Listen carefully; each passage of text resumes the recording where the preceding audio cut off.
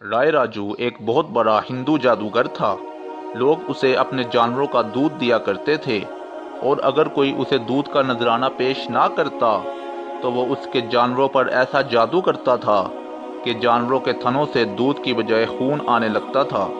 ایک دن ایک بوڑھی عورت رائے راجو کے پاس دودھ لے کے جا رہی تھی کہ داتا صاحب رحمت اللہ تعالی علیہ نے اسے بلا کر فرمایا کہ یہ دودھ مجھے دے دو، اور جو اس کی قیمت بنتی ہے وہ مجھ سے لے لو۔ اس بوڑھی عورت نے کہا کہ ہمیں ہر صورت یہ دودھ رائے راجو کو دینا ہی پڑتا ہے، ورنہ ہمارے جانوروں کے تھنوں سے دودھ کے بجائے خون آنے لگتا ہے۔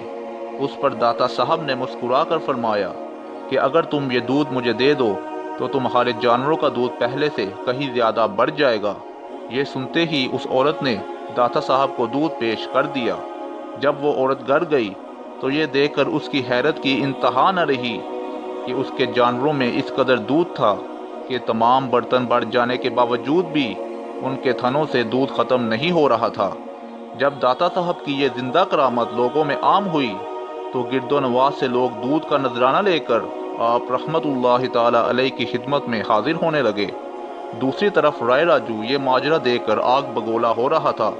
آخر کار داتا صاحب کی بارگاہ میں حاضر ہوا اور آپ کو مقابلے کے لیے للکارا اور کہا کہ اگر آپ کے پاس کوئی کمال ہے تو دکھائیں۔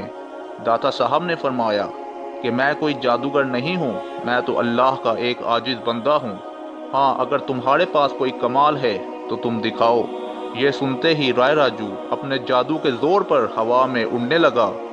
داتا صاحب رحمت اللہ تعالی علیہ یہ دیکھ کر مسکرائے اور اپنے جوتے ہوا میں اچھال دیے۔ جوتے رائے راجو کے ساتھ ہوا میں اڑنے لگے اور اس کے سر پہ پڑنے لگے۔ جہاں جہاں رائے راجو جاتا، داتا صاحب کے جوتے اس کے ساتھ ساتھ اڑتے اور اس کے سر پر لگتے جاتے۔